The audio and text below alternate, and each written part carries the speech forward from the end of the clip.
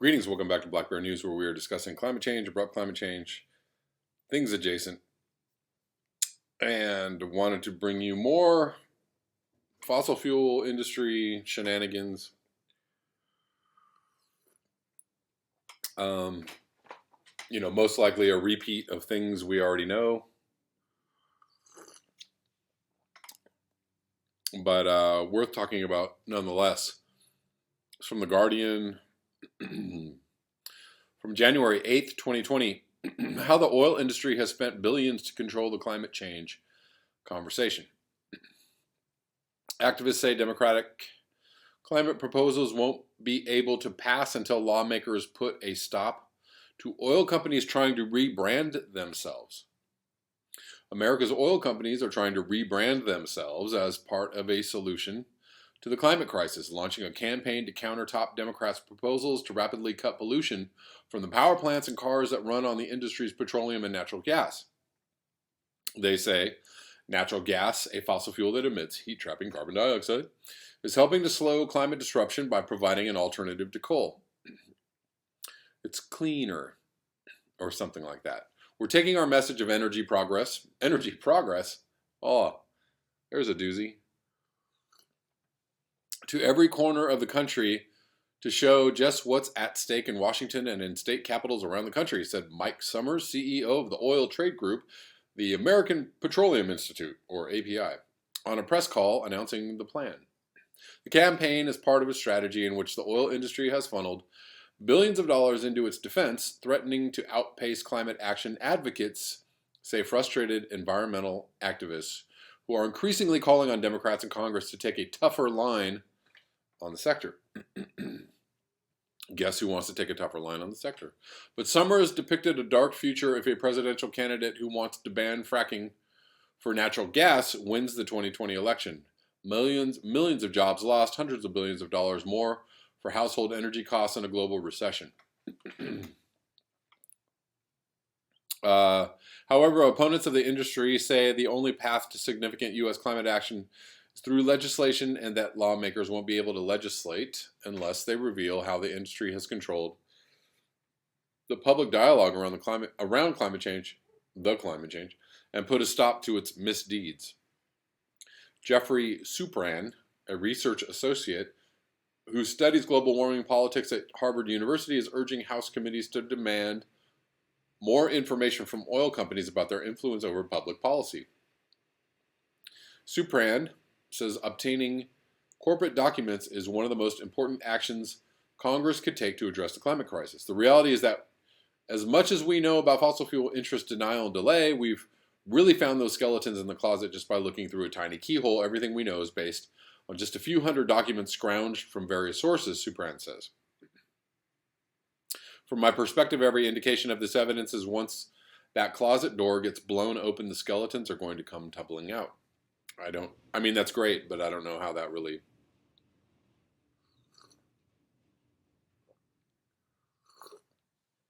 changes much about the situation that we're in.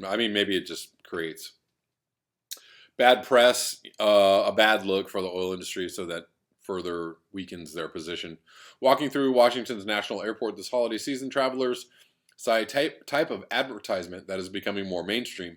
It pops up on social media and commercial breaks for streaming video services, in newspapers, and on radio. A friendly-looking older woman in a hard hat beams at the camera. Hello. Thanks to natural gas, the U.S. is leading the way in reducing emissions. Well, that would be United States. Hey, hello. The U.S. is leading the way in reducing emissions, the sign reads. The ad campaign called We're On It. Yeah, you're on something. It is sponsored by API, which represents the oil companies that have contributed significantly to the climate crisis. While it's true that U.S.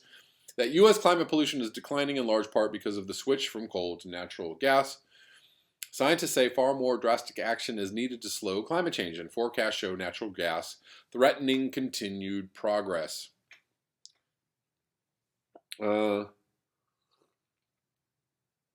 What about renewables? Are they threatening continued progress? I don't know. Everybody seems to think that they're delightful and delicious. As the American public has become more aware of the climate crisis, oil companies have fought back. Over roughly the last 3 decades, 5 major U.S. oil companies have spent a total of at least $3.6 billion on advertisements, not counting their investments in public relations programs like sponsored beach cleanups or their influence through trade associations, dark money groups, and campaign donations. Advertising spending has increased as politicians have paid more attention to climate change, and API's campaign comes as progressive candidates bidding for the White House, such as U.S. Senators Bernie Sanders and Elizabeth Warren, proposed to ban fracking, a drilling method that has unlocked huge supplies of natural gas and driven down the cost of the fuel. Any renewed investigation from Congress could reveal more about how the industry has tried to sway public opinion. Investigative reporting has also shown that Exxon has known since at least the 1960s that its products were causing global warming, but Exxon has fought back, saying it is a victim of a coordinated campaign perpetuated by activist groups with the aim of stigmatizing ExxonMobil. We're really good people, guys. Exxon touts itself instead as an answer to the climate crisis. Exxon. You kid. The top advertisement on Exxon's YouTube page touts research on making biofuels from algae in order to cut climate pollution. Great. So we can fuel all the things we need to fuel in the future from algae. The technique is currently prohibitively expensive, and the research represents a tiny portion of Exxon's budget. In response to questions from The Guardian, and Exxon spokesman Casey Norton said Exxon is committed to doing our part. Thanks, Casey. Thanks, Exxon. Norton maintains that all forms of energy are needed, including natural gas, and all forms of energy will be used until they can't no more. Including natural gas and renewables, although scientists have concluded humans will have to stop using fossil fuels entirely to stem the crisis. Just stop. In the call with reporters, API CEO took a similar stance. He acknowledged the industry has a responsibility to help slow emissions. How about stop, not slow, that are causing rising temperatures, but he said the demand for affordable energy is growing, and American fossil fuel companies will meet it. That's the American way. In the call with reporters, API CEO took a similar stance. Blah, blah, blah. I said that already. Pressed to commit to any significant goal to curb emissions, Summers said API could back some bipartisanship, some incrementalism to incentivize technology that would capture carbon dioxide so that it cannot enter the atmosphere. Well, that's going to work. The legislation that's supported by far-right Republicans and far-left Democrats, that's legislation that's supported by far-right Republicans and far-left Democrats, but it's someplace in the middle where we think we can meet and we can work together on this key priority, Summers says. Critics of the oil industry say that the Democratic-led House should be aggressive in seeking to counter the industry's narrative. Some want Democrats to call executives into hearings and subpoena internal records about their influence campaigns, one of the most powerful tools available to Congress. Get on it. But that hasn't happened. Nope. Not while Nancy Pelosi and the crew are in charge. No. Corporate Democrats don't care just as much as Republicans don't care. Why? Because they take money from the fossil fuel industry. It's very simple. They're not going to bite the hand that feeds them. That's not going to happen. Instead of going directly for the oil companies, House committees have instead been holding dozens of hearings and introducing legislation about ways to cut pollution and help people affected by the climate crisis. Our oversight staff decided that, okay, rather than kind of punching an industry that's already pretty down in the public image, they're down in the public image, but they maintain massive power. So that would actually be punching up. There are plenty of other things they also needed and wanted to pursue, so subpoenaing big oil just didn't really rise to the top of the heap, the staffer said. Oh, gosh, that's too bad. Supran, who works with Harvard climate politics expert Naomi Oreskes, said they have a collection of information that could help Democrats determine which questions to ask and which documents to demand. Historical record points to a number of individuals, documents, and questions that could help Congress get to the bottom of how the fossil fuel regime misled America. Or misled, excuse me. Missiled. Pow. I love reading that word, missiled, anyways. And you know this. You know this about me. The other route, which Democrats are already pursuing, is state lawsuits against companies. But those challenges could take much longer and aren't guaranteed to succeed. Guaranteed to succeed.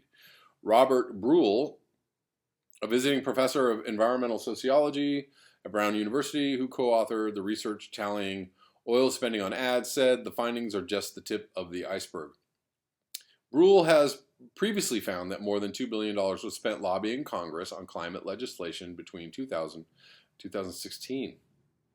$2 billion. He says lawmakers should investigate the oil industry the way the former Congressman Harry Waxman took on tobacco companies in the 1990s. How about investigating the legislators that took that money? I'd like that. Let's get to them all, shall we? I think what we'll find is that the fossil fuel campaigns are going to dwarf what the tobacco industry did. It's an order of magnitude larger, Bruhl said. Some accuse Democrats of fearing a backlash from the oil industry, which still donates to Democratic campaigns. They say moderate Democrats might be trying to stay civil with major companies because it will be easier to pass climate legislation with their support. Huh? What? Does that make any sense? Moderate Democrats. What they mean is we can't piss them off. And that's absolute bullshit. They can totally pass. They don't need their support to pass the legislation. Not at all. Not at all. The oil companies are not the government. They are not the government. They are not the people that are supposed to be represented by these legislators, right? They are not the government. They can just pass this and say, sorry, guys. But it's hard to imagine the industry backing substantial action that would limit oil production and use, which scientists say is required to avoid catastrophe. So we're in an impasse, are we not? At some point, somebody needs to get in office, or some people need to get in office and say, F the oil industries. Sorry, guys. We're not taking your money. We're not beholden to you. You're ass out of luck. So far, congressional efforts have only scratched the surface of the sector's influence. In October, the Oversight Committee reviewed evidence of how much Exxon has known about the climate crisis and for how long. The Democrat-only Climate Committee in the Senate also held a hearing on dark money and climate change. The Rhode Island Senator Sheldon Whitehouse urged his colleagues in the House to use their majority to get tougher with oil companies, subpoenaing the records if necessary. When we catch the fossil fuel industry spending money in these campaigns, we're only seeing a sliver of the total operation, Whitehouse said in a more recent interview with The Guardian. I think it's hard to counter their message effectively because, remember, they have $600 billion annual subsidy that they're defending. And there, ding, ding, ding is the problem. They have a $600 billion annual subsidy that they're defending. What happens if you just take away the subsidy? Crumble. And that actually would be a wonderful thing for a Bernie Sanders presidency to do day one. Subsidy, gone. Sorry, guys. The idea that some other entity, particularly some struggling charitable organization, is going to be able to go toe-to-toe in spending and outspend them is not really feasible. Despite fossil fuel companies' massive spending, they have continued to lose public support. Elected officials just haven't followed the shift. The public wants it. The public knows. So what's the problem? What's the holdup, guys? The holdup is that pockets are being lined. That's the holdup.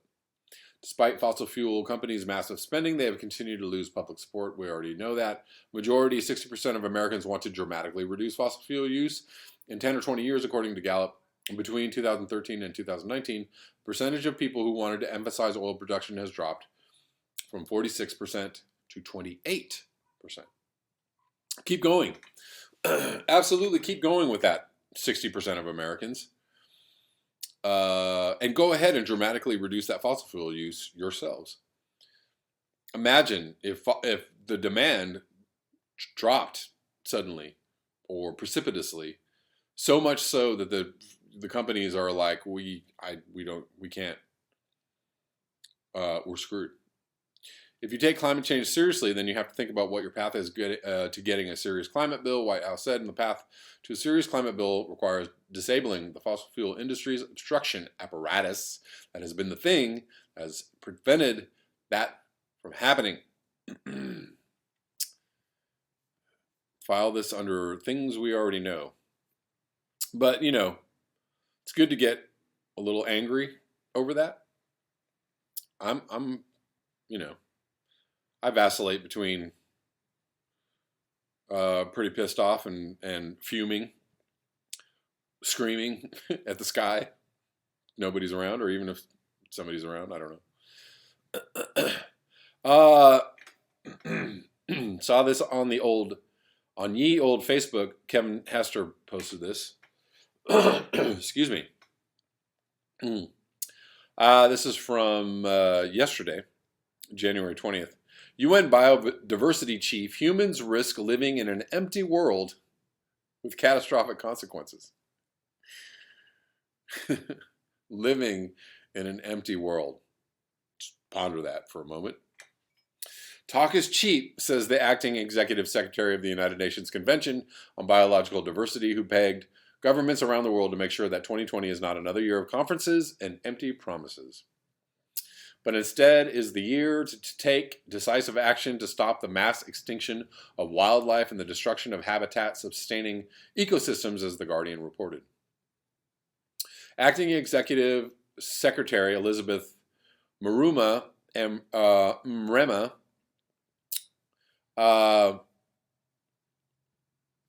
warned that the absence of concrete action to stop deforestation, pollution, and the climate crisis will mean that humanity has given up on the planet.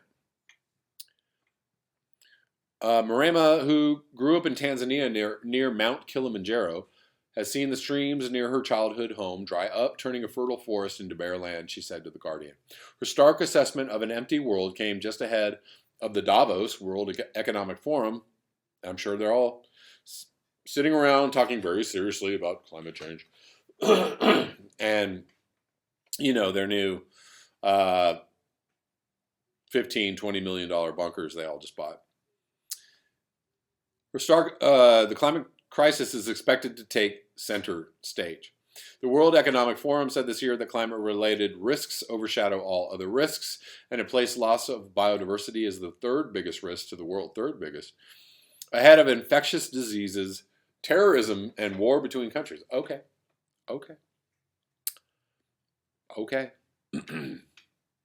Go ahead and put it third if that's what you want to do. It was only outranked by other climate-related threats, with extreme weather as the top threat. That's ahead. Sorry. So bigger risk than those things. I'm getting it together, guys.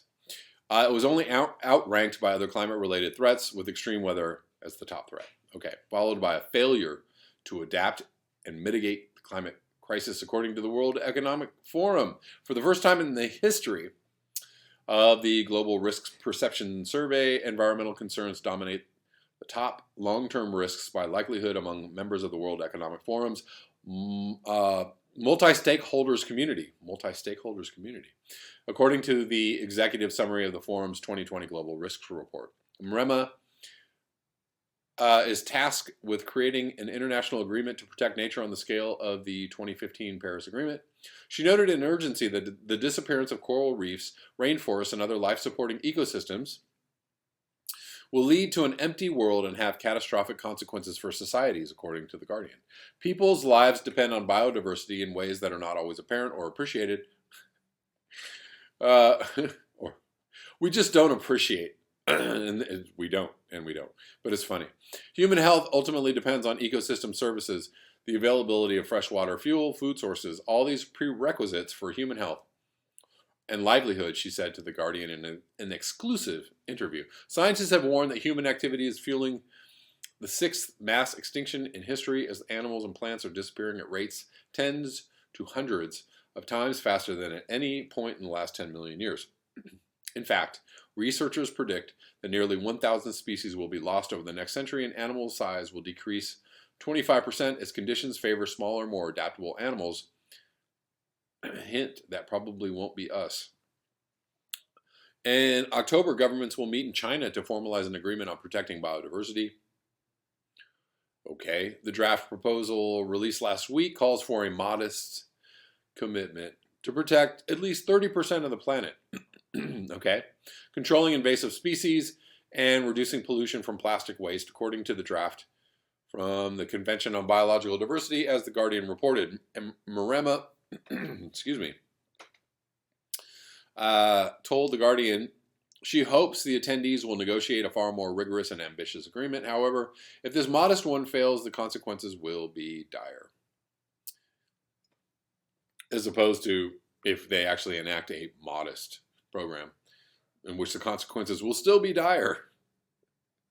Anyways, the risks will be major, she said to The Guardian. One is that we will not have listened to the science and the evidence provided. Because we will not have listened, it means the global community will have said, let biodiversity loss continue, let people continue to die, let the degradation continue, deforestation continue, pollution continue, and will have given up as an international community to save the planet. I hope that's not where any of us would want to be. And with that, I leave you.